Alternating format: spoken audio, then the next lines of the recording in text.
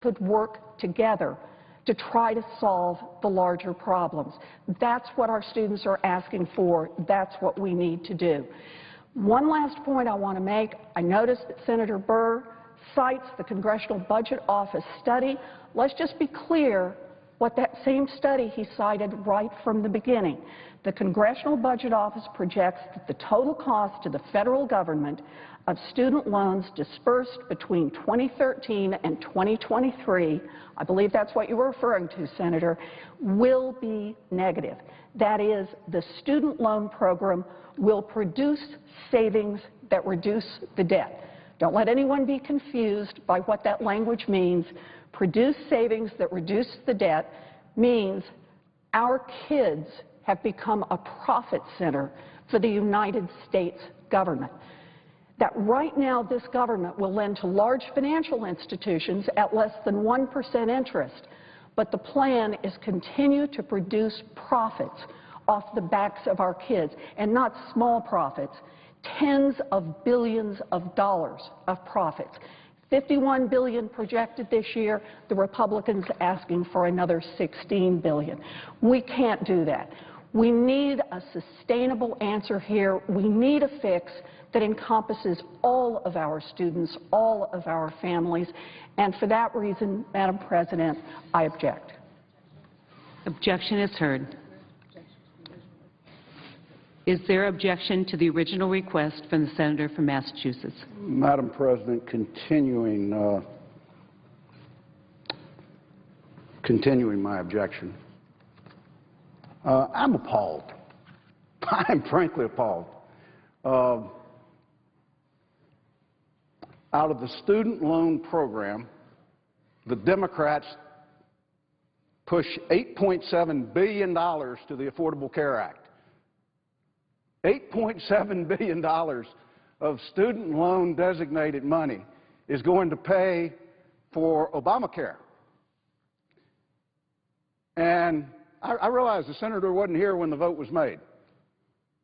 But it is. $8.7 billion.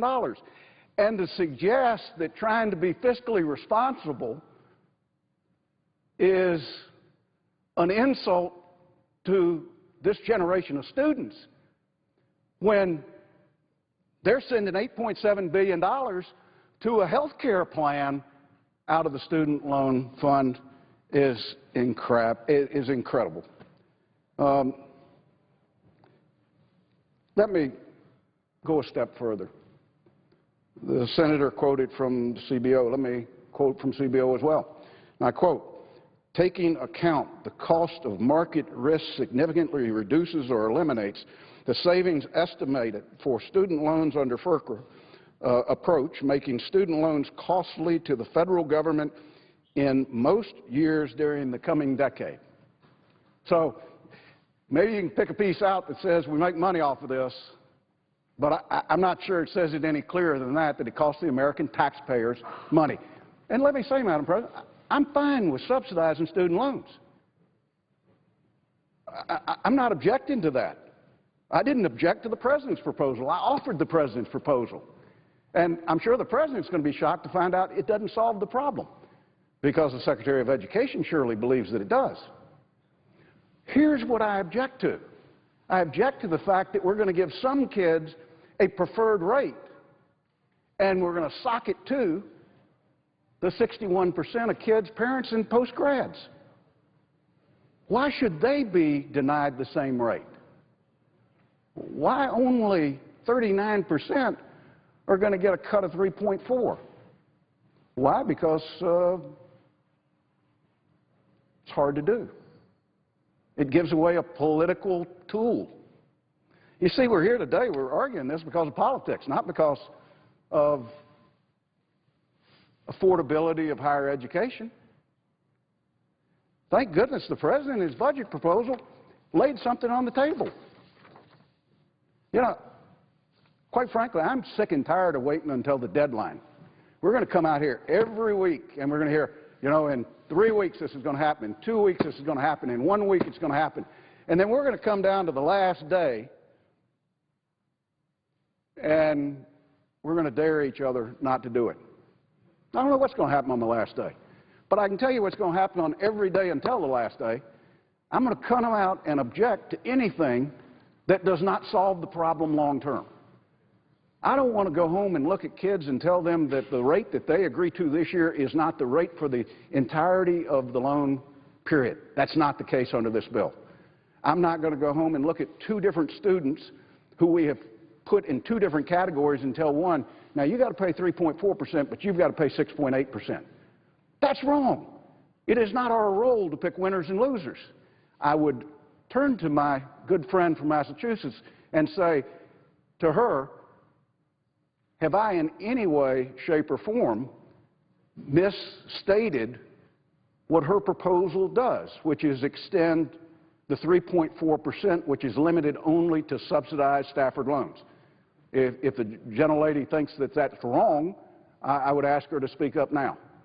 So I believe, if I understand this correctly, what we're trying to do is protect the subsidized Stafford loans, and what I understand the Republicans have tried to do is protect all the new loans, but that no one is dealing with all the loans that have already been issued and that are at much higher interest rates. This is how I understand it. Well, when you talk about wanting to treat all of the students alike, then I assume you mean all of the students with student loan debt, and yet that is not your proposal. Reclaiming my time. Clearly, you said your bill only deals with the subsidized Stafford loans. Current law, let me state it again, unsubsidized Stafford loans, current law, 6.8%. That's right. Parent and Graduate Plus loans, 7.9%. Somehow, somebody thinks this is fair. And I personally participated in coming up with something that treats everybody the same, that ties it to a 10-year Treasury, that fixes the rate above a 10-year Treasury, that sets that number once a year, that lets students know exactly what their exposure is going to be, and provides them the certainty of that interest rate for the life of the loan, which this unanimous Will the senator yield to the question? Let me finish. Oh, all right. Which this unanimous consent request doesn't incorporate. So, in essence, the unanimous consent request says we're not going to deal with this 61%, we're only going to deal with 39%. And because they've gotten a preferred rate up to this point, we want to protect their preferred rate. Some people think that's the role of Congress. I don't think it's the role of Congress. I will yield to my colleague for a question. So I just want to make sure I understand. Have the Republicans put any proposal on the table that will deal with all of the outstanding student loan debt? I would be happy to address the gentlelady's question. No, we haven't. The President's proposal, and I said there are parts of it I don't agree with, makes loan forgiveness tax-free. You know, maybe what we ought to debate is whether we're going to make college tuition free. Because this is a race to who can make it the cheapest on the backs of the American taxpayer. When we're $1 trillion out of balance, $1 trillion we spend, well, excuse me, we've got new numbers, $646 billion this year, projected to go up next year. We're accruing debt on this country's books at a rate that nobody ever dreamed, and we're still talking about constructing programs that financially are unsustainable because we're using somebody else's checkbook. This is the definition of insanity. Therefore, I would object to the gentlelady's original request. Objection is heard. Madam President. Senator from Massachusetts. So I just want to return to this question since the senator has raised it about the Congressional Budget Office. And let's all be clear about what the current student loan interest rates produce for the United States government. The CBO, the agency in charge of estimating these costs for the government, maintains that this year the United States government will make $51 billion in profits from the student loans. Their most recent report on this, I read the language earlier, is clear and direct. We will make a profit. Now, the CBO uses this accounting method because it reflects reality. It's the reality of how these loans affect the federal budget.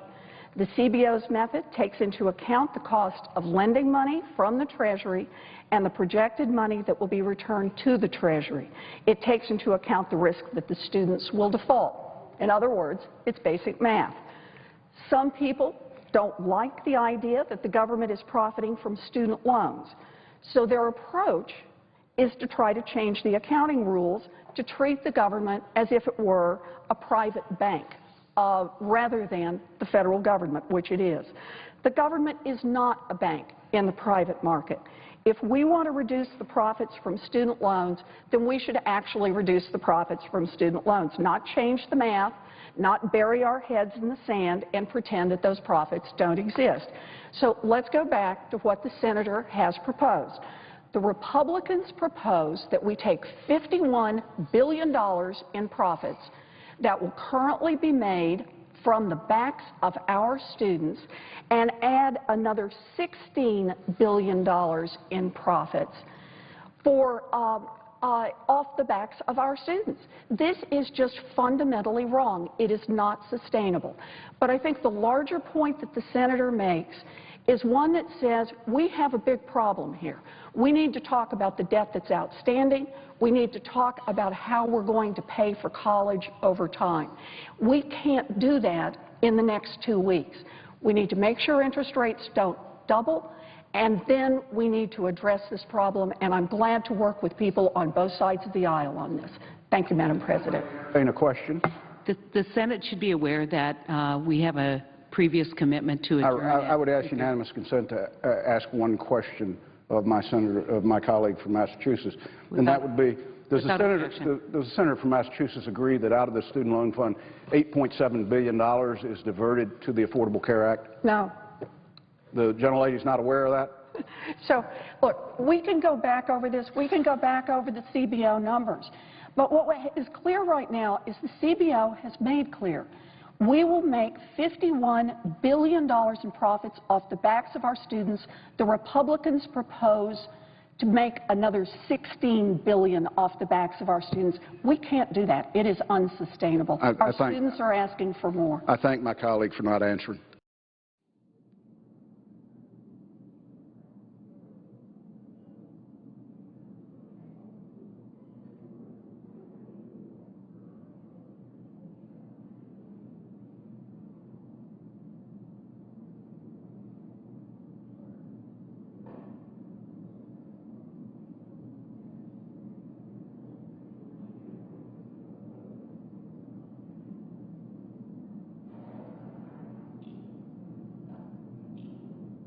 I want to introduce you to Representative Jim Himes, a Democrat from Connecticut and a member of the House Intelligence Committee. You're meeting with General Alexander today at 10 a.m. What's going to be your first question to him? Well, probably my first question is going to be, how effective has this program been, where the NSA is, of course, gathering the phone records of every single American, of mine, of yours, of everybody watching? I am very uncomfortable with that. You know, we've had a tradition in this country for 240 years that they can go after that information on you, provided they've got a reason to believe that maybe you were involved in something nefarious, you know, that there's a probable cause. And now we've switched over to gathering information on all Americans. So that troubles me, and I really want to know what the benefits are. And I have not yet heard a convincing argument that, that there are terrorism investigations that depend on the government having this information on you, me, and everybody watching. Is there a general feeling in the House right now? Yeah, I would tell you, I was in a classified briefing with most of the Congress, with a variety of officials the day before yesterday, and I will tell you that there's a lot of concern. Obviously, there's different opinions in there. There are those who really believe that, this is worth doing if it can help us catch a terrorist here and there. There are a lot of people who say, you know what, I trust this administration and these people. General Alexander's a fine man, but what about the next guy? How do I know that 10 years from now there's not some government bureaucrat who now knows that I'm a Republican, a Presbyterian, maybe I got an HIV test, and by the way, why were you calling this, Occupy Wall Street group? That's a troubling thought. Representative Himes, has Congress done its due diligence when it comes to these programs? You know, I don't think so. And it's a little hard to know where the system broke down. The fact of the matter is that very few members of Congress knew about this. And I'm not blaming necessarily the NSA or the CIA for this, because they did, in fact, brief the intelligence committees in both the Senate and the House on these programs, and they made available the information. But that wasn't broadly advertised to people. So I would tell you that the vast majority of members of Congress were unaware of these programs. And what was their reaction to people who weren't aware, like you were? Well, again, you know, the intelligence officials have said, hey, we told the committees, and, you know, what the committees do with... Without objection. I now ask unanimous consent the Senate proceed to period of morning business. Senators permitted to speak for up to 10 minutes each. Without objection. I ask unanimous consent that on Monday, June 17th, at 5:00 p.m., the Senate proceed to executive session to consider calendar numbers 48 and 62. That there be 30 minutes of debate equally divided in the usual form, that upon the use or reading back of that time, the Senate proceed to vote with no intervening action or debate on the nominations, and do it in the order listed. That the motion to reconsider be considered made and laid on the table. There be no intervening action or debate. That no further motion be in order. That any related statements be printed in the record, and that President Obama be immediately notified of the Senate's action, and the Senate then resume legislative session. Without objection. I ask unanimous consent the Foreign Relations Committee be discharged from further action on SRES 154. Clerk report. SRES 154, supporting political reform in Iran and for other purposes. Is there objection? Without objection, the committee is discharged and the Senate will proceed to the measure. I ask unanimous consent the Hooven substitute amendment be agreed to, the resolution be as amended be agreed to, the Hooven amendment to the preamble be agreed to, the preamble as amended be agreed to, the title amendment be agreed to, and the motion reconsider be considered made and laid on the table. Without objection. Mr. President, I ask consent that the Senate proceed to SRES 171. Clerk report. SRES 171, designating June 15, 2013 as World Elder Abuse Awareness Day. Is there objection to proceeding to the measure? Without objection, the Senate will proceed to the measure. Mr. President, I ask unanimous consent the resolution be agreed to, the preamble be agreed to, and the motion reconsider be laid on the table with no intervening action or debate. Without objection. Mr. President, I apologize to everyone for having to wait. We were trying to get some things cleared and it didn't work. So I ask unanimous consent that when the Senate completes its business day to adjourn until 2 p.m. on Monday, June 17th, following the prayer and the pledge, the morning hour be deemed expired. Adjourned proceedings be approved to date. The time for the two leaders be reserved for use later in the day. And that following any later remarks, the Senate be in a period of morning business until 5 p.m. Senators be allowed to speak for 10 minutes each. Following morning business, the Senate proceed to executive session under the previous order. And finally, that when the Senate resumes legislative session following the vote on the Gonzales nomination, the Senate resume consideration of the immigration bill. Without objection. Mr. President, the next roll call vote will be at 5:30 on Monday. There's no further business to come before the Senate. I ask that it adjourn under the previous order. The Senate will stand adjourned until Monday, June 17th at 2 p.m. The Senate continued work today on the immigration bill, creating a 13-year path to citizenship for the 11 million immigrants in the country illegally. Senators voted down a Republican attempt to require the U.S.-Mexico border to be under control for 6 months before immigrants here illegally could take the first steps towards citizenship.